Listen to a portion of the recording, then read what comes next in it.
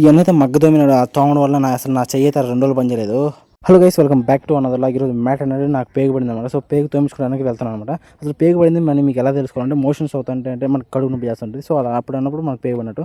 నాకు ఇది ఫస్ట్ టైమే కాదు, చాలాసార్లు పడింది. సో నాకైతే కొంచెం అర్థమైపోద్ది పేగు పడిందా లేదనేసి. సిటీలో అయితే కామన్గా పోయి చెక్ చేయించుకుంటారు అనమాట హాస్పిటల్కి. అదే పల్లెటూరులో అయితే ఇలాంటి ఏమి ఉండదు. అంటే పల్లెటూరు చాలా మంది తోముతూ ఉంటారు అనమాట. సో వాళ్ళు వచ్చేసి పోయి ఆమె తెచ్చుకోమంటారు. ఆమె తెచ్చుకొని వస్తే ఒక గ్లాస్ వరకు ఇలా చేస్తారనమాట. ఫస్ట్ కాళ్ళకి ఇలా రుద్దుతారు.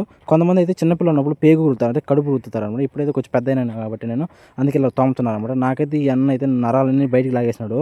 అంటే ఇలా 3 సార్లు తోమించుకోవాలన్నమాట. అలా తోమించుకున్నంత వరకు మనం పులుసులు అవన్నీ ఏం తినకూడదు. జస్ట్ ఏంటంటే పొడేసి తినాలి, కారం పొడి. నేనైతే 3 రోజులు చచ్చిపోయాను తెల్లాక. దాని తర్వాత గుంజీలు తీయమన్నాడు.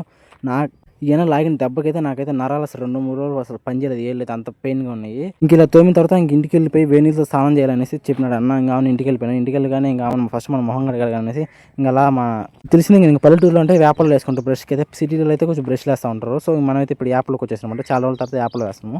ఇంకా వేపలు కోసుకునేసి కాసేపు అలా ఆస్వాదించేసి ఆ గాలిని ఇంకా మళ్ళీ ఇంటికి వెళ్ళిపోయినాను. ఈ కోతి కూడా వచ్చినట్టుంది పళ్ళు తోముకుందాం అనేసి పొద్దున్నే యాప్ చెట్టు దగ్గరికి. కోతి కూడా పుల్లు చేసినాము తోముకుంటుందేమో అనేసి ఇంకా ఇంటికి వెళ్ళిపోయినామంటే స్నానం చేద్దాం. సరే మరి వెళ్ళొస్తే అయితే